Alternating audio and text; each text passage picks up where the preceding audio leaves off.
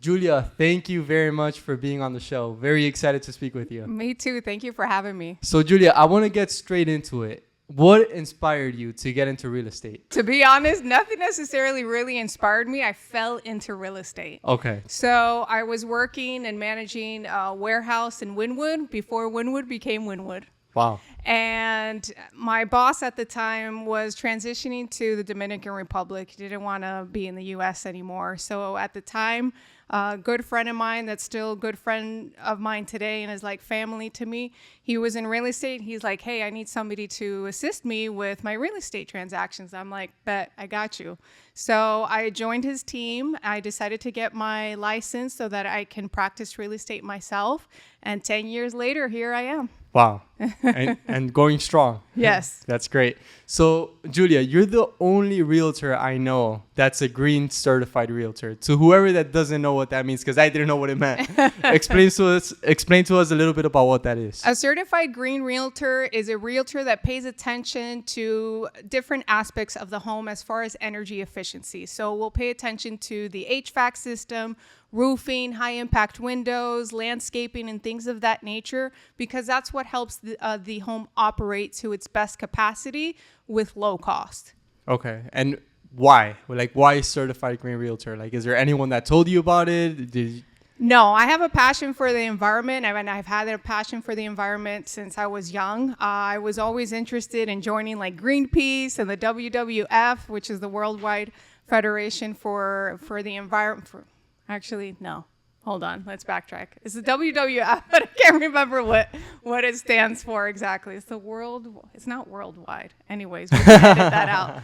I used to follow Greenpeace a lot, and I didn't know like anything further than a little bit of recycling, and that's it. So I started Googling nonprofits that I can potentially be a part of, and come to find out there are a lot of nonprofits that Miami has. And I reached out to one, and they invited me to attend one of their meetings. And from then on, it was like love at first sight. It opened up the door for my education and sustainability. So I haven't gone to schooling for sustainability, but being hands-on and taking action and being involved with nonprofit organizations has given me a wealth of knowledge that I maybe not have been able to attain in schooling.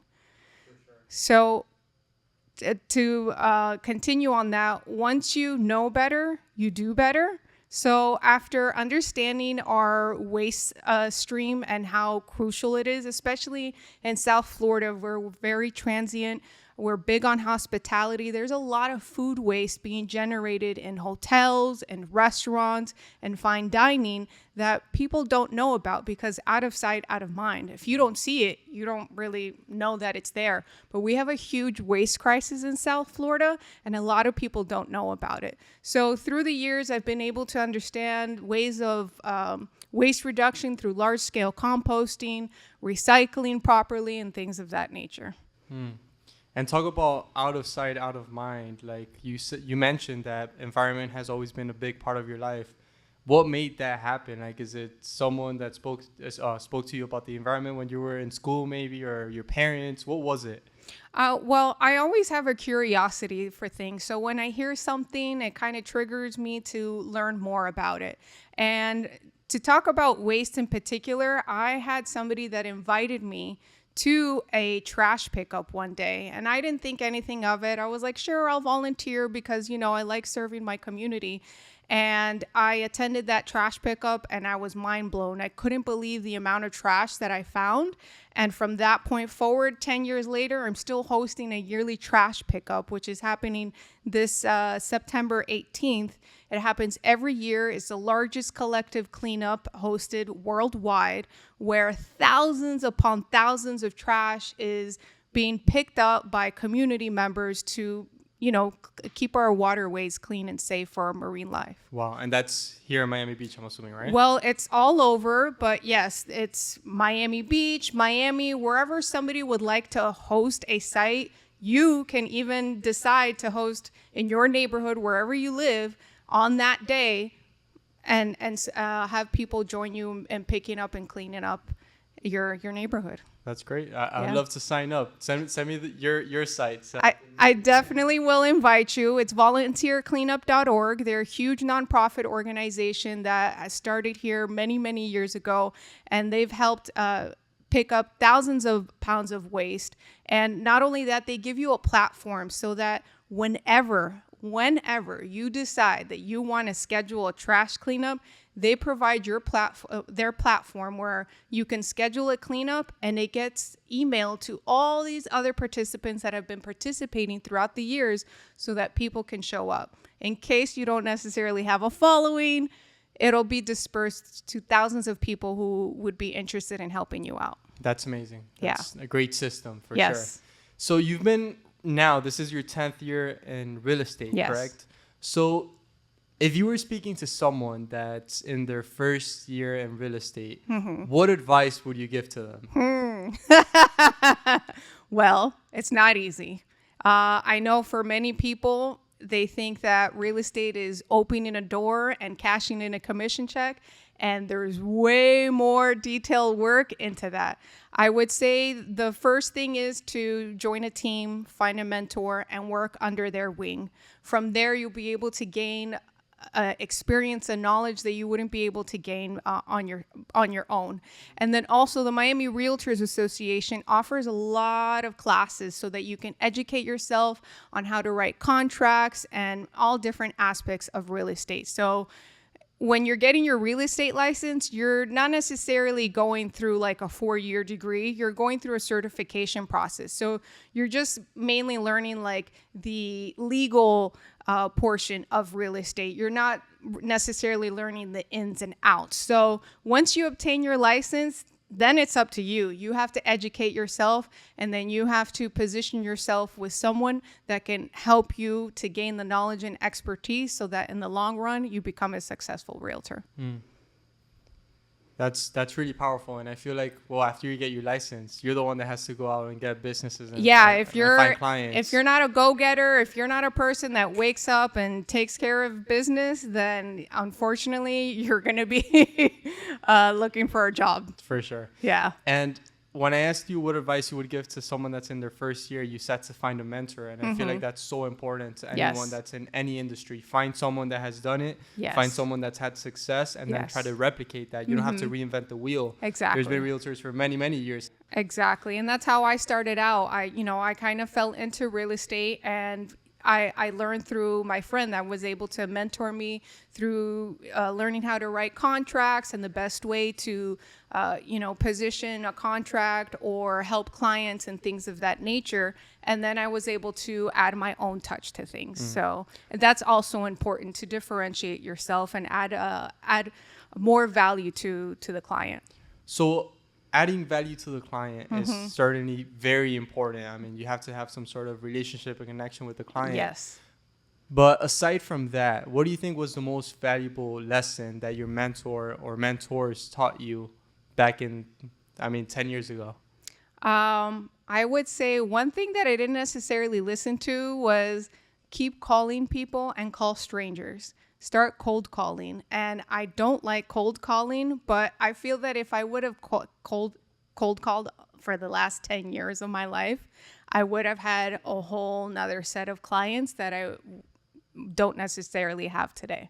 So it's not necessarily something that I like to push or that I like to do, but at that time when I was young and I had the energy to do that, I think I would have been a lot better off in the meantime. So you never got into cold calling people? Never? I really dislike it. And I really dislike Everyone people does. giving me a call. So I don't like doing what I don't like being done to me. So if I don't like cold calling, I'm not going to cold call other people because I hate it. I hate it when somebody calls me and starts pitching me and I'm like, I don't need you. Well, I don't want you. I cold emailed you. You did, but that's different. You send out an email, you introduce yourself, you're like, hey, I think it would be beneficial for us to have a conversation. I really liked your approach because normally when I do get an email where it's like, hey, I even got a text yesterday, are you the famous Julia Poliadis? And I'm like, that's not a great way to approach somebody because if you come off too salesy, it does push you off. So when you approached me, your email was great because you're like, hey, I think we can have a conversation and that'll be beneficial for both of us. And look at where we are today. It's all about in the approach. Yes. The approach and the persistence. Because Yeah. I think you didn't reply to the first email. I didn't. No, I don't think so. It either went to spam or maybe I thought it was a spam email. Maybe. Yeah, but that's something that I guess people are so afraid of cold calling people, and maybe like leaving aside the fact that, yeah, sometimes you bother some people, right? But I feel like when you know that you have value to bring to someone, then you have to leave that to the side, the fact that you may be scared of annoying someone or being... And their rejection. Exactly. And I feel like that's... No after no after no. And I've read a book that's called Go for the No. And I've read a ton of books. I'm a bookworm, but you don't put but it I into really words. don't like the no. Yeah, no, for sure. I want people to want to work with me. I want people to see what I bring to the table. I don't want to have to convince you. So you want to position yourself a little bit different. Right. And that's why I do the social media thing, because it's important for me to showcase who I am as a person, because that translates into my work. And sometimes even people may meet me and I come off so kind and nice, and they think that, I have some underlying motive, and it's like, no, that's just me, and people are not used to that. So essentially that's why I have social media, because I don't necessarily want to have social media, but I think it's important for people that don't know me. It's like, this is my resume, this is who I am, take a look at me, and if you want to work with me, great. So from what I understand is that you want to position yourself kind of like a person of interest. Like, you don't want to be chasing people. You want people to like know you for who you are and the value that you bring to the table. Exactly. So aside from social media, how do you do that effectively? How do you communicate to someone the value that you have and the expertise and the knowledge and all of these things that you can bring to the table? How do you do that effectively? Well, through the relationships that I build. When I meet somebody and I start engaging in conversations, I'm just not talking about real estate. I start talking about the environmental aspects and the issues that we have in South Florida. So they start looking at me from a different lens and can see that I'm not just out here to make a sale. And I have a heart, I have compassion, I have empathy, just because of my personal passion and interest. So, I mean, based on that answer, I would assume that most of your clients come from some sort of like relationship or network that you have? Yes, it's all relationship based. And that's a huge thing in real estate. It's all about who you know and the relationships that you do have. 9 times out of 10, I'm going to retain that client. Yes, there are some clients that I honestly have not worked well with because of their personality type. We just didn't work out. But for the most part, my goal is for you to be successful. If you're not successful, then I can't be successful. So it's important for me to take care of my client because I want you long term. It's not just one transaction. You can buy a home many times throughout your life. You can move somewhere else, and I can recommend you to a realtor in New York, and to California, to Colorado, wherever it is. I can help you. Even if you want to go move to Greece or Spain, I can even help connect you to a realtor that I actually know, and that will help guide you and find your next home. Interesting. Yeah. And that's the power with the brokerage that I do work with. Sotheby's International Realty is a global brand, and they really hone in on, working the network. I have a monthly mastermind meeting where I meet with agents that are worldwide, and we get together once a month and we just discuss the real estate market, how we can improve in our business, tools that we use, and anything that we can do to help each other.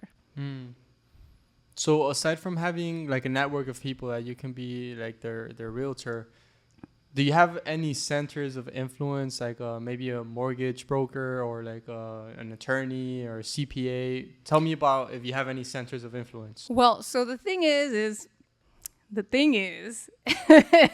everybody knows like 10 realtors. So the mortgage broker that I work with knows 20 other realtors. The CPA that I work with knows 20 other realtors. So it's really hard to have that like dedicated mortgage broker, CPA that feeds leads to you, unless you're married to that person or you're like, sibling.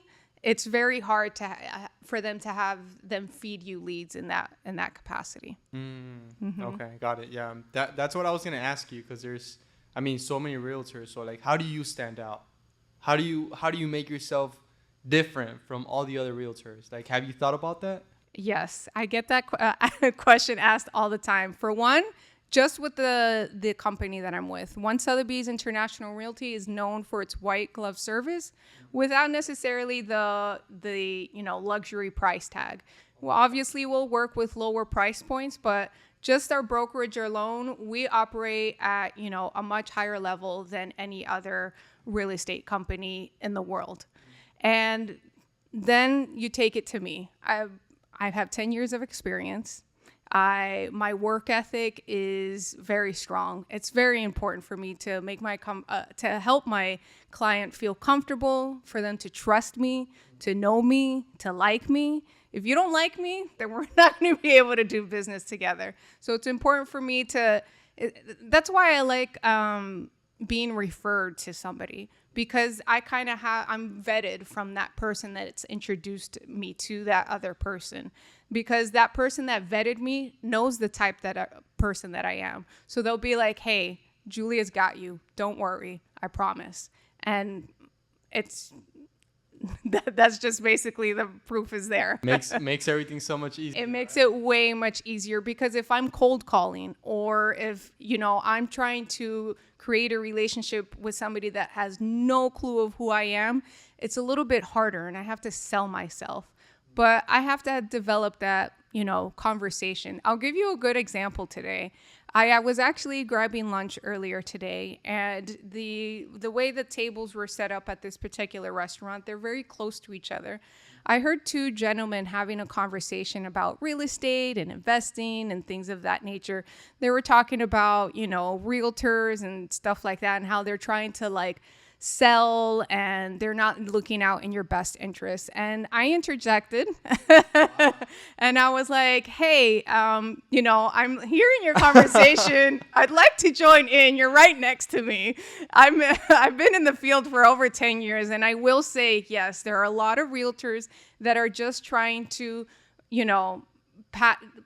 continue with sales, but they're not necessarily focused on the client. However, there are a lot of realtors that do focus on the client's best interests. And I gave them an example where I had just spoken to a client of mine that I've had for the last 5 years. I had rented out her unit to my client, and I explained to her, hey, your realtor was very difficult to work with. And she's like, I know, I don't like her. I bought the unit from her, and she said she would help me rent out the unit. And I was like, okay, well, if you don't want to work with her, I have no problem helping you in the future, because it was just a disaster working with her. And from that point forward, she's been my client for the last 5 years, and she calls me for anything she needs. She refers me clients, and she doesn't even live here. She lives in New York. And just from these little conversations that I have with people, and they see how I talk and the passion that I express when I express myself in regards to certain situations, they can see that I'm not just trying to make a sale. So that's how I kind of position myself. It's really just about me having the conversations with people so that they can see how I express myself. Yeah, because in reality, when you treat someone, a client, as a transaction, it just feels different. They're going to notice. They're going to see that. Then they're just going to keep on jumping from realtor to realtor, when you can have one realtor that cares about you, that you can always be like, hey, do you think now's a good time to buy? Hey, do you think now's a good time to sell? Even my client that I was just explaining to you, she's like, oh, I don't know. Maybe I should sell it. And I'm like, honestly, the market's real slow right now. I wouldn't sell it right now. Hold off a little bit, and then, maybe next year, if you still want to sell it, then we'll revisit that conversation. That's such a value add. That's a value add that exactly. That's just having another professional in your corner that you can count on. And I feel like having that relationship with your clients just differentiates the real estate professionals that are in the field for 10 years compared to the ones that just get their license, work at it for a year, and then they just give up because they're seeing everything as a transaction and not as a business. Right. You have to take care of your client. You're a professional. And unfortunately, there's a lot of people that are not professional, should not be in this field of work because it's a very people person type of work. And if you're not a people person that likes to serve others, then you're not going to there are realtors that do get very far because they're sharks and they're aggressive and, they do what they do. But unfortunately, I just don't operate that way. Yeah. But they're just looking out for the next sale, right? They're not really building a business. Yeah.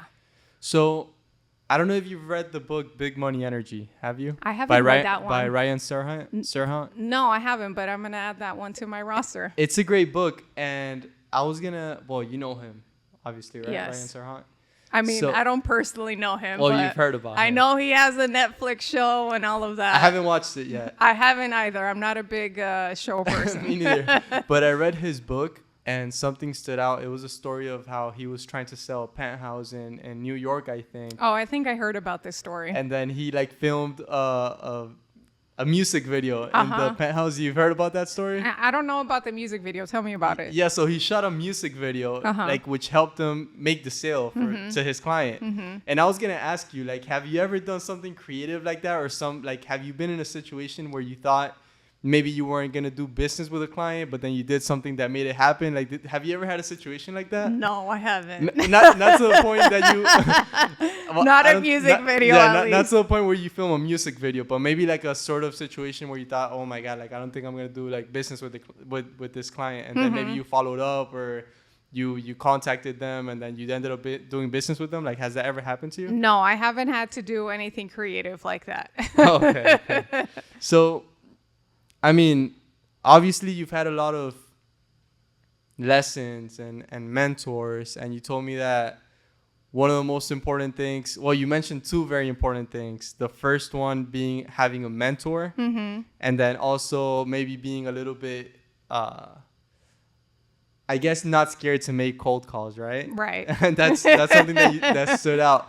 But in the conversation that we had, the first conversation we had, you mentioned to me that you had learned a little bit about marketing and stuff. And is there any, if you could go back to when you were doing that marketing, is there anything you learned maybe about the psychology of marketing and something that you learned when it comes to marketing and really trying to catch the attention of people? Because your social media is very organized and it stands out. You clearly know a little bit. I don't know if you have a team behind you giving you all these ideas, but you know how to catch people's attention, and I appreciate that. That's something that stood out. And I feel like when it comes to marketing for your business or just doing organic content, you have to know to some degree how to hook people in so that they watch your video and they know who you are and they remember your name. Right. So where did you learn that from?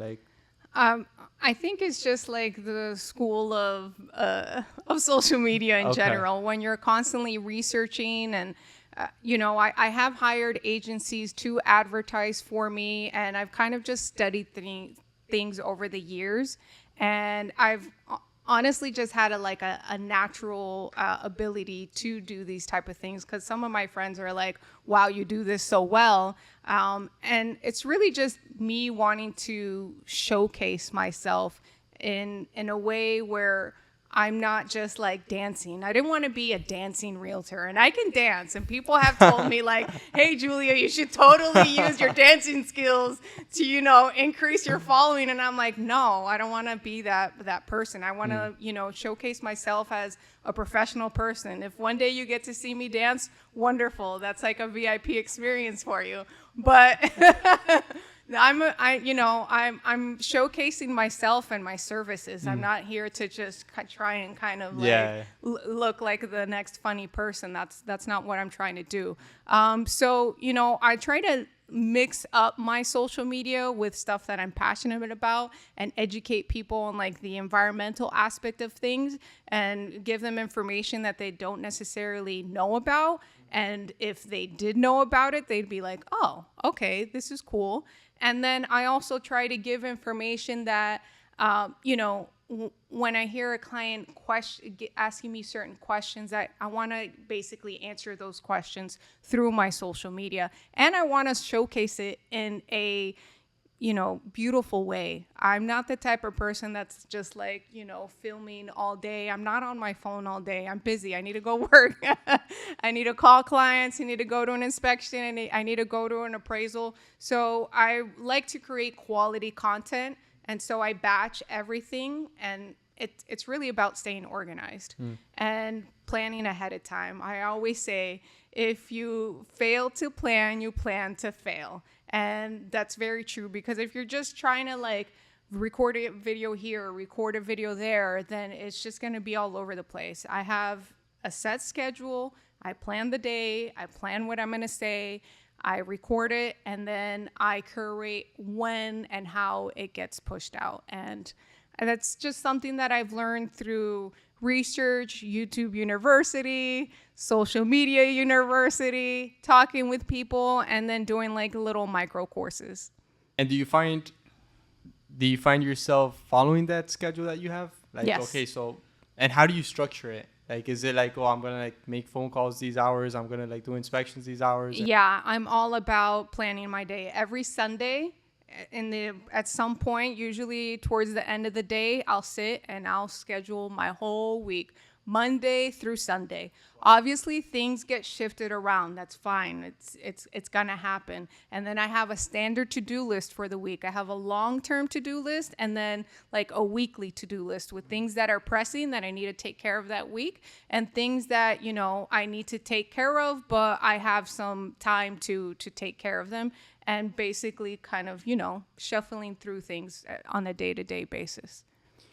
That's so important. And I feel like, what you said right now, if you fail to plan, you plan to fail. Yeah, that's huge. That's so valuable. And I feel like even I find myself not planning accordingly. And at least, I would say I plan. I don't stick to the schedule, or like things move around. And that's okay. You need to learn how to pivot. And if you don't get something done that day, you can't get down on yourself. You do it the next day. You're human at the end of the day. Things pop up. Have you heard about Alex Hormozi? Is that the guy with the glasses? No. No. Okay. No, he's not a real estate professional. He's like a business guy. Okay. He like sold a bunch of businesses, but okay. He's like he's getting big right now. He's getting a lot of followers on social media. Okay. But yes. Wait, hold on. Is it the guy with the beard? Yeah, he has a beard and long hair. Yes, and he always wears flannel. Yes. I came across his wife recently. Oh, really? Yeah, on YouTube. Oh, okay. And I was like, oh my gosh, she's beautiful. I love what she's saying. Yes. And then I realized that was her husband. Yes. And I was like, oh my God, I would have never expected them two together. But anyways. Yes, they're both. I so prefer smart. her over him.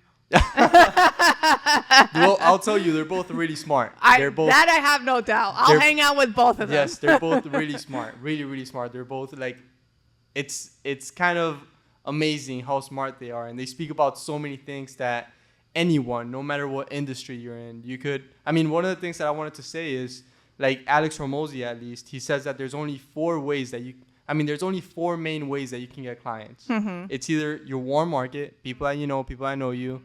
It's the cold market, like making cold calls, making cold emails. Then there's also posting content, which is what you're doing on social media. And then the only other way is doing paid ads. So like marketing on Instagram, right, Facebook, whatever. And then obviously there's other ways, which is like, it's the same thing pretty much, but other people doing it for you. Right. So like your centers of influence, your mortgage broker, your attorney, your CPA, whatever. Mm-hmm. And so many things that they say is very valuable. But the reason why I brought them up is because they mentioned like having a calendar that you follow. And I think I would say about 2 months ago, I saw one of Alex's videos where he says like, you need to block out slots on your calendar. Yeah, time blocking to do things that really matter. Right. And like focus, let's say 4 hours a day. Mm-hmm.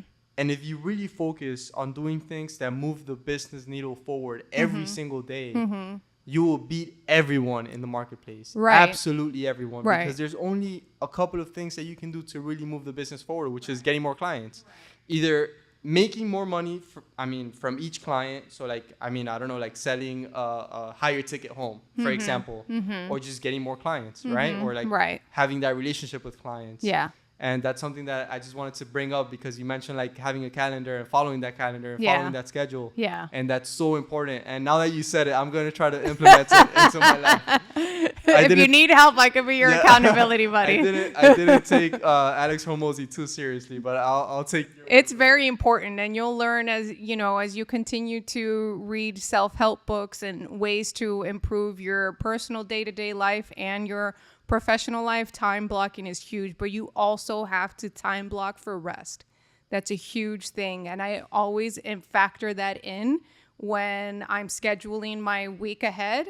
I make sure to have like downtime towards the later half of the day, because there's times like around after like 6, just like how you work a 9 to 5. I know as an entrepreneur, they're like, you work, 24 hours, and it's like, no, you're going to burn out. Work a regular 9 to 5, 9 to 6, take a 2-3 hour break. If you feel like working some more, work another hour or 2 before it's time to prepare for bedtime. But you don't need to, stress so hard unless you have like something that's time, constringent and you have to do it by a certain time. That's a different story. But if you're a solo entrepreneur, it's important to work like a 9 to 5 or 9 to 6er and have rest time, even on the weekends. As a realtor, I have to work a lot on the weekends. I make sure that I schedule the downtime in the weekends as well, because I don't want to be working all the time. That's not what life is all about. You need to spend time with yourself, contemplating, just being. We're human beings. We're always human doing. We don't always have to human do. We could be human beings and relax, read a book, look at the sky. That's how you replenish yourself, because if not, then you just burn out. Very important. I'll take that into account too, because I definitely don't do that. It's like I work, I go to the gym, and then I sleep, I work, it's like I do the same thing. Yeah, and the gym is huge too, but I've also been finding myself wanting to like go for a run outside, because it's like so you go to the gym and you're in closed quarters, you're in, that artificial light, and then you go home, you make breakfast and you start working and you're inside all day. We weren't, designed to be under fluorescent light all day. It's important to get that sun on your face at some point, whether, luckily it's summertime, you can go out at 6-7 o'clock now and still see the sun and, spend time in nature. I think that's like a huge underestimated little pill that we could take on a daily basis. For sure. Just removes you out of like everything, the day-to-day, the exactly routine. It brings you into reality. Looking at the sky is really profound, and I think people kind of underestimate that sometimes. And that's why also I prefer to do yoga outside. There's a free yoga class at Legion Park. At Legion Park, there's a farmer's market as well. It's every Saturday at 10 a.m. It's free. And there's at least 100 people that show up every time. I actually sub the class every now and then. I learned, I got my yoga teacher certification under the teacher, Anna Margaret, that teaches there for like 15, 20 years now. Wow. She's amazing. I love her. But I love going to that class because you're under these oak trees with like the moss hanging from the trees, and you see like squirrels playing around while you're, doing yoga, and you're hearing the birds chirping. And it's like the most like, that's like real therapy right there. Just like having somebody lead you in your breath and kind of like stretching out your body, because I think a lot of people don't realize that we hold stress in our bodies and we hold our breath up here, and we need to bring our breath down here because our breath goes all the way down. So I think all of those, different elements play a huge role as an entrepreneur. For sure. Yeah. I had never thought about it like that, and it's true. We're like so much stress. Yeah, you could, and then you're working out and you're pumping and you're trying to like be strong. Correct. And it's like, no, relax. It's like I can blow up anytime now. Right. It's not all about pumping the iron. Sometimes it's just about like relaxing, especially on like when you're like going through a stressful time in life. That is when you need to go for a walk on the beach. That is when you need to do the outdoor yoga, because we tend to cocoon, or we tend to, let's go to happy hour because I need a stress relief. And I understand, don't get me wrong. I went to happy hour for many years in my life, but I've strayed away from that. And I'm like, that's not a real solution. Yeah, that's true. So real estate, even though you're building relationships with your clients, it's kind of very, I wouldn't say transactional, because when you have a relationship with someone, it becomes more of a professional relationship. But certainly you don't sell a home and then you're selling another home to the same client 2 months from now or 6 months from now. It's usually like a very big purchase, right? Right. So how do you maintain that relationship with a client, right? Like, aside from telling them, hey, like, don't sell now, don't buy now, etc. Like, how do you keep maintaining that relationship so that you're always like on top of mind and you're like that trusted advisor, that trusted professional? How do you do that? So that's when the calling comes into place. Okay. I don't like cold calling, but I love calling my clients because I like to call and check in on them. And like, what do you say? Hey, how's it going? If I know it's their birthday, I'll call them for their birthday, or I'll send them a text. I always send out holiday cards to, wish them a happy holiday season and a happy new year. I just check in with them. How's the house? Happy home anniversary. I keep all of these dates in my calendar. It's important to keep note of these things. And that's where time blocking and organizational skills come into place, because if I didn't sit down and take the time to put all of these things in my calendar, I wouldn't know. I'm sure there's a lot of realtors that don't know and don't even care about their client's birthday, when they bought the home, or anything like that. But to me, I think it's important, because let's say 2-3 years come down the line and, somebody wants to sell their home. It's not like, oh, hey, Julia, or like, they may not even know if I'm in real estate still. But if I check in on them, hey, happy birthday, how's your son, or something like that, it has to be something personal. Every client is different. So every conversation is going to be different based off of the relationship, but it's just about maintaining the relationship. All my clients hear from me at least once a year, whether it's phone call or text. Every client's different with that as well. I do notice that like the older crowd that like lives out of state, they love to get on the phone with me. The younger crowd, they prefer like, a little text back and forth. Some, do voice messages. So I really have to cater according to that particular client.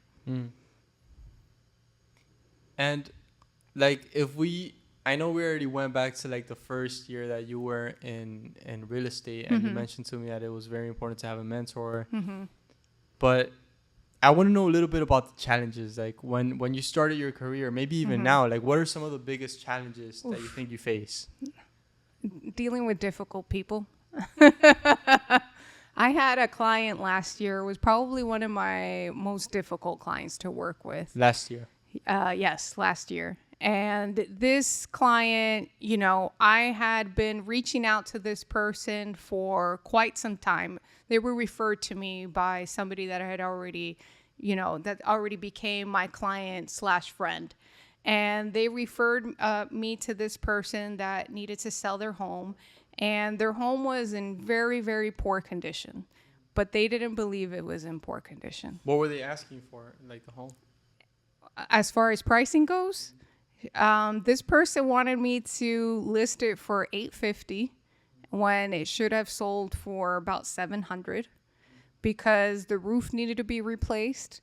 It needed to be gutted. It wasn't properly maintained. I requested for the seller to send me their previous inspection report, and I was like, did your realtor ask for any credits? Have you done any of these repairs? And this person doesn't maintain their home well, for whatever reasons, for personal reasons, just because of the way they are. And it was very difficult for me to point out all of these things, because it's their home. They live in it, and they don't necessarily, this person was very proud, and it was very hard for me to articulate things in a way where I wouldn't offend the person. And that's really hard. And I even noticed, like, even through an email, somebody can read it the way they want to and get really offended. So the way you have to be careful, because one wrong sentence, and that ticks that person off for whatever reason, because they're having a bad day or just because they're, easy, irritated person, whatever reason. It's really hard to kind of navigate these types of relationships. So some clients are very easy to work with and so pleasant. Like last year, I had a client that was a therapist. She was so easy to work with. She, took my advice. I got her a great deal, and she's very happy with the home. She had her home anniversary about 2 months ago. I followed up with her. I asked her, is there anything that I can assist you with your home? Some sort of resource. I always like to be resourceful. Do you need a roofer? Do you need, high impact windows? Whatever it is, I can help figure. If I don't know, I can help figure it out for you. And I don't know when they're going to buy another home, and it doesn't matter to me because she was a good person, a good client. Her mom loved me. I loved her mom. We hugged each other like, we were family every time we saw each other. And, those type of people, I love working. I want to attract more of those people. But then you have the really, really difficult people that just it's like they're guarded. And it's also, I get it because there's a lot of really crappy realtors that take advantage of people, but I'm just not that person. And some people just have that. And sometimes it's hard to clear that boundary. Yeah. And I feel like,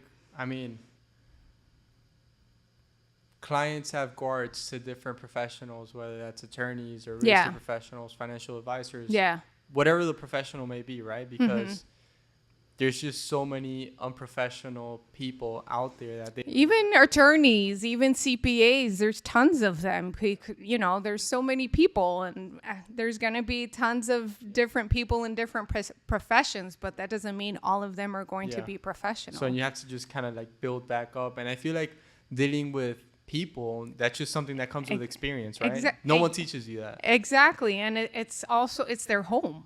Especially when it comes to a seller, that's their home. Yeah. That's their personal space. Yeah. You're getting in their real personal space. They can't hide anything. So I think that this person was a little embarrassed of the condition that they had their home because there was a family in the home. So they were kind of very protective of the whole situation. And honestly, I lost that client, and I'm probably never going to repair that relationship. Yeah. Now, most of your clients, they're pretty much introductions, right? Yes, for the most part. Yes, I prefer that way. But also, I feel like when you're introduced to someone, you can't really control the person that you're going to be introduced to, right? Right. So how do you that essentially that burned my relationship with the person that referred me. Yeah. Yeah. So that bothered me a lot because I thought both were great people. I could be friends with him on a regular basis. If I was that seller's friend from the outside and not being a realtor, I'd be like, girl, what's wrong with you? Do you not see this, and this? You need to listen to this girl. It looks like she's trying to help you, and you're being defensive. And I think because she had I don't want to say she or he, because this person had other people in their ear and they already were defensive, it just kind of made the situation worse. And to add on that, the realtor that brought their buyer was extremely aggressive.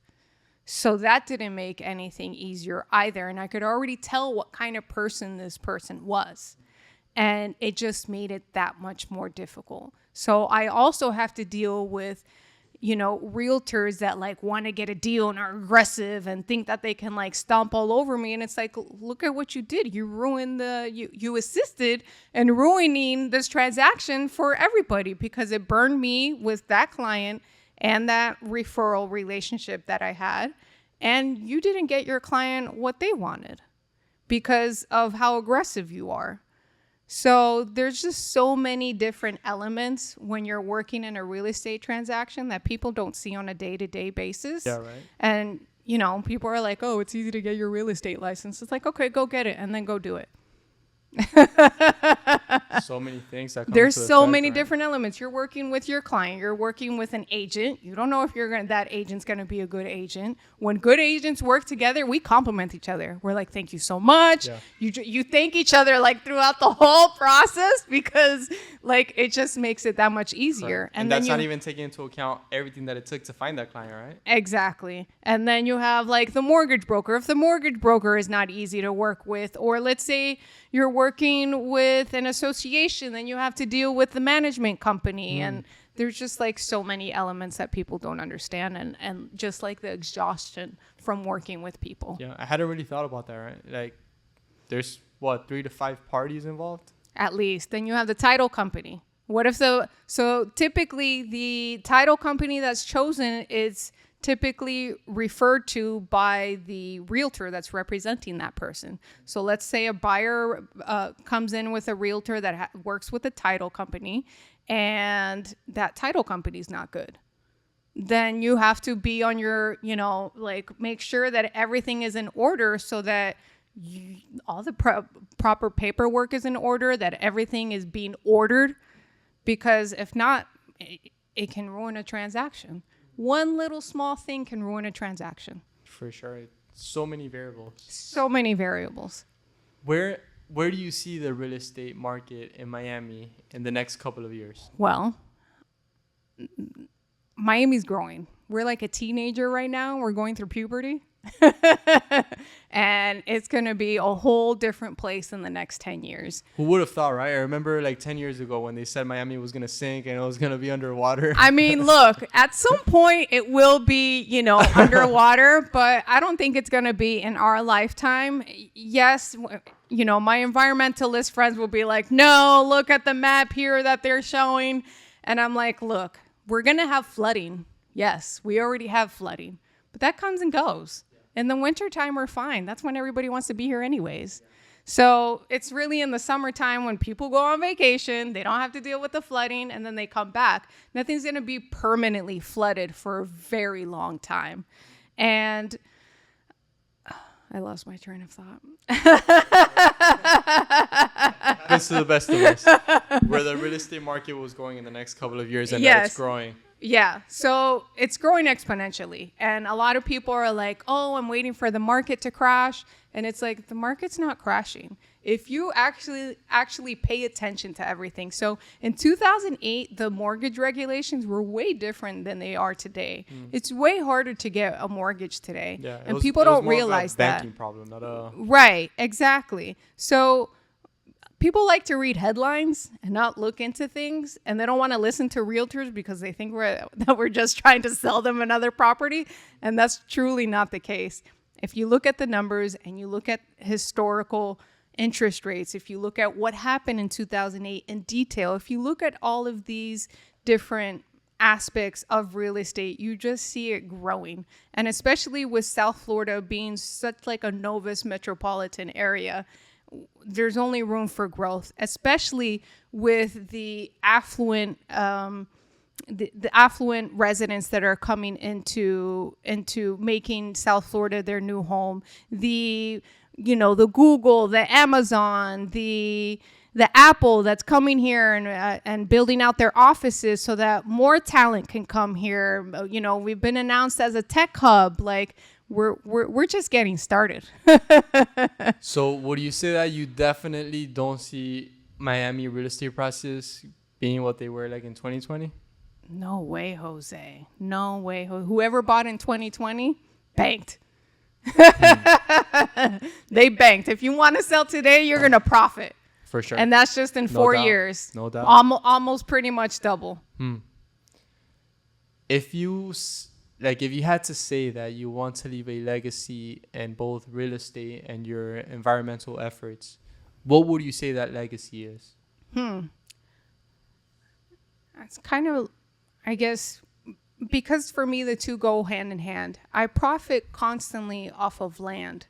So if we don't preserve the land that we are getting to profit off, that we get to enjoy, the reason why people move to South Florida to enjoy the water sports, to be able to go walk on the beach, because They either can walk to the beach or they could drive to the beach in a matter of minutes.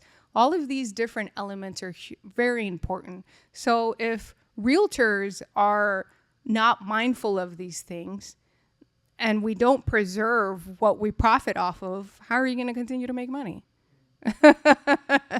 So that's why I like to have these conversations. That's why when I speak to realtors, I bring these different conversations up, because nobody's necessarily thinking about it. They're just thinking about the money and, oh, Miami's so great. And it is great. But why is it great? Because all of the natural elements around it. And then obviously the people that, make the community that it is. For sure. Julia, my last question for you is, what does success mean to you? Success means to me, feeling happy, feeling abundant in whatever category that means to you. I don't necessarily need to be Jeff Bezos to feel successful, but for me, it's having kind of a peace of mind. You have your home, you have your investments, you have your loved ones, your health. Health is number one. For me, I'm rich because I barely go see a doctor. Obviously, I go, for my general checkups just to make sure everything's okay, because you never know. But taking care of yourself for me is number one. So in that aspect, I'm wealthy. It's the fact that we woke up today, right? Right, exactly. So there's many levels to success, and, you always want to get better. And it depends on who's looking at me. To some people, I'm uber successful, but we always want more, right? So, I have my personal goals that I would like to attain. But, if I die today, I definitely have done a lot with my life. For sure. There's no doubt about that. But we hope you have many more years to go. Julia, it was truly a pleasure having you. Likewise. On the podcast. Thank you so much for having me. This was a lot of fun. Thank you for sharing all your knowledge, all your experiences. I'm 100% sure that a lot of people are going to watch this podcast and they're going to find a lot of value. And I look forward to seeing what people say about this conversation that you and I had today. Thank you for giving me the opportunity. I really appreciate it. It was a pleasure. My pleasure.